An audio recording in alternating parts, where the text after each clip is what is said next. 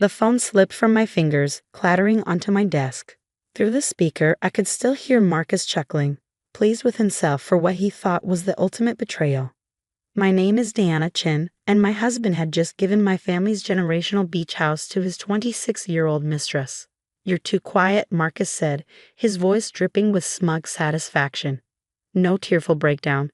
No begging? I expected more drama from you, Di. I took a deep breath, steadying myself. The house was my inheritance, Marcus. My grandfather built it. And now it belongs to someone who'll actually appreciate it. When's the last time you even visited? You're too busy with your consulting work to enjoy anything. The irony of his words almost made me laugh. My consulting work, the business he dismissed as my cute little hobby, had been funding my systematic acquisition of his company's shares for the past year. You're right, I said calmly. I've been very busy. In fact, I should go. I have a shareholders meeting to prepare for tomorrow. Shareholders meeting, his voice sharpened. What are you talking about? Oh, didn't you know? I'm attending a Parker Industries annual meeting. See you there, darling. I hung up before he could respond, savoring the moment. Marcus had always underestimated me, seeing me as nothing more than a convenient corporate wife who looked good at company events. He never bothered to understand what I actually did for a living. When we met 5 years ago, I was already a successful business consultant specializing in corporate restructuring. But Marcus, riding high as CEO of his family's company, only saw what he wanted to see, a beautiful woman who seemed impressed by his success. I should have recognized the red flags early on. The way he dismissed my career, his constant need to remind me of his importance, how he'd interrupt me in meetings to explain things I already understood. But I'd been blinded by what I thought was love. The beach house had been my wake-up call. 6 months ago, I'd overheard him on the phone with Sarah, his much younger VP of marketing, planning weekend getaways there. My grandfather's house. The place where I'd spent every summer growing up, where my parents had gotten married, where I'd learned to swim and surf and dream. That's when I started looking more closely at Parker Industries' financials. What I found was troubling. Questionable accounting practices, inflated projections, and a board of directors too cowed by Marcus's family name to question anything. Marcus had no idea that while he was romancing Sarah at my family's beach house, I was meeting with institutional investors, pointing out discrepancies in the company's reports, suggesting that perhaps new leadership was needed. I picked up my phone and dialed my attorney, Rachel Kim. He did it, I said when she answered. He actually transferred the beach house to her. Rachel's typing was audible in the background. Perfect. That's the last piece we needed. Property transfer documents have already been flagged for the SEC investigation. How did he sound? Smug. He still has no idea about tomorrow. None of them do, Rachel confirmed. The shareholders are ready. The board members who flipped are keeping quiet. Everything's in place. I walked to my window, looking out at the city skyline where the Parker Industries building dominated the view. Marcus had chosen our penthouse apartment specifically for this vista. He liked being able to see his family's legacy towering over everything. What about the other documentation? I asked. The proof of his relationship with Sarah, the misuse of company funds. All ready to go. We have records of every business trip they took together, every gift he bought her with company money, including the recent renovations to your beach house, which, by the way, we'll be getting back. The transfer won't hold up in court, especially given the timing with the SEC investigation. I smiled, remembering how Marcus had laughed at me for being boring and obsessed with documentation, when I insisted on keeping detailed records of everything. A good consultant is only as valuable as their documentation, I told him once. He dismissed it as another one of my quirky habits. One more thing, Rachel added. Sarah sold her shares yesterday, just like you predicted she would. Dumped everything as soon as Marcus gave her the beach house. Of course she did, I said. Marcus never understood that loyalty can't be bought. But disloyalty usually comes with a price tag. I opened my laptop, reviewing the presentation for tomorrow's shareholders meeting one last time. The numbers were damning. Under Marcus's leadership, Parker Industries had been hemorrhaging money while maintaining a facade of success through creative accounting and his family's reputation. My phone buzzed. A text from Marcus. What game are you playing? You're not a shareholder. I didn't respond. Let him wonder. Let him spend the night trying to figure out how his wife, the one he dismissed and betrayed, could possibly be a threat to his position. The truth was both simple and devastating. I'd spent the past year buying up shares through various shell companies and investment groups. Marcus, so confident in his position as CEO, hadn't even noticed the shifting ownership patterns. By the time he gave away my beach house, I controlled enough shares to call for a vote of no confidence. Tomorrow, Marcus Parker would learn that the wife he underestimated had become his biggest threat. The beach house was just the final insult, the last push I needed to execute the plan I'd been crafting since I discovered his affair. As I prepared for bed that night, I heard my phone buzzing repeatedly. Marcus probably finally putting the pieces together.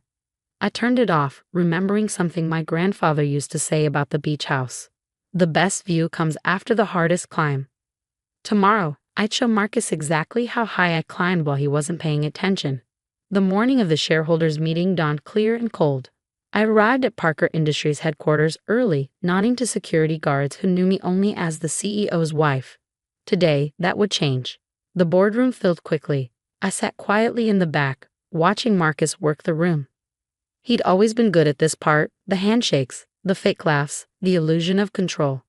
But today, his smile seemed strained. His eyes kept darting to where I sat, confusion and anger warring on his face. Sarah arrived last, wearing a designer dress that I recognized. Marcus had bought it with company funds, according to the records.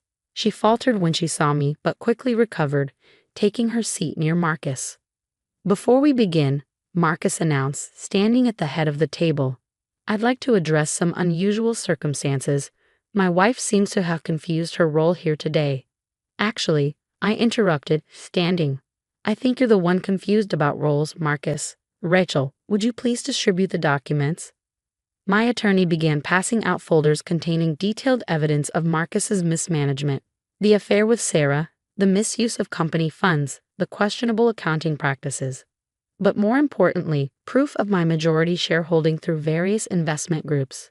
"This is ridiculous," Marcus sputtered, flipping through the pages.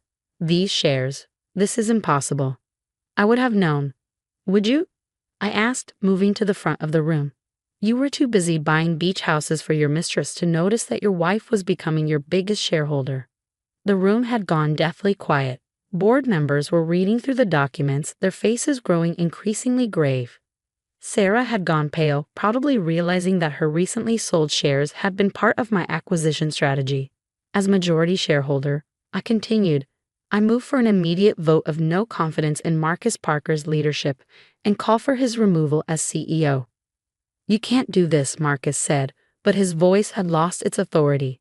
"This company is my family's legacy." "Was your family's legacy," I corrected, "before you started treating it like your personal bank account. The SEC is very interested in how you've been running things, by the way. Those business trips with Sarah, the creative accounting, it's all documented." One by one, board members began to raise their hands in support of my motion.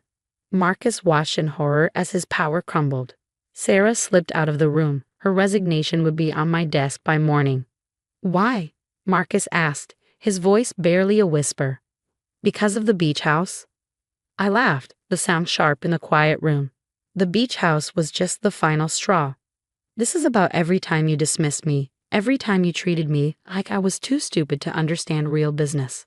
While you were busy playing CEO and sugar daddy, I was building something you couldn't see because you never bothered to look." The vote was unanimous. As security arrived to escort Marcus from the building, I turned to address the board. Parker Industries has been operating under a facade of success for too long. I've prepared a detailed restructuring plan that will return this company to genuine profitability. My team will be reaching out to each department head to begin implementation immediately. Hours later, after the dust had settled and the last board member had left, I sat in what had been Marcus's office, my office now. My phone buzzed with a text from the real estate attorney. The beach house transfer had been invalidated. Another buzz. The SEC wanted to schedule a formal interview with Marcus. I opened my grandfather's old photo album, the one I kept in my desk. There he was, standing proud in front of the beach house he'd built with his own hands. "Success isn't about what you own," he used to tell me. "It's about what you build." I built something all right, Not just a successful consulting business that had funded my takeover, but a strategy that had exposed Marcus's weaknesses and saved Parker Industries from his mismanagement. My phone buzzed again. Marcus, finally, I underestimated you. Yes, I typed back you did. The beach house keys are in your office box. Don't forget to turn in your company credentials. I closed the album and looked out at the city skyline. Marcus had chosen this building because he liked looking down on everything. I chose to keep the office because it reminded me that the best view comes after the hardest climb. The next morning, I arrived early again. Old habits die hard. But this time, when I walked through the Parker Industries lobby, people nodded with respect, not polite dismissal. The security guard smiled. Good morning, Ms. Chen, he said, using my maiden name. The name I used to build my consulting business, the name I take back now that the divorce papers were filed. Good morning, Tom, I replied, heading for the elevator. As I rode up to my office, I thought about Marcus, probably waking up in some luxury hotel, finally understanding what he'd lost. Not just his position or his company, but someone who could have been a true partner if he'd bothered to see me as an equal. The beach house would need work. Sarah's renovations had stripped away much of its character. But that was okay. Like my grandfather always said, the best things in life are the ones you rebuild yourself. I had a company to run after all, and this time, I'd make sure it was built on something stronger than facades and illusions. I'd make it a legacy worth keeping. Ready to begin? Rachel asked, meeting me at my office with the day's agenda. I smiled, thinking of all the people who'd underestimated me over the years. I've been ready for a long time. Let's build something real.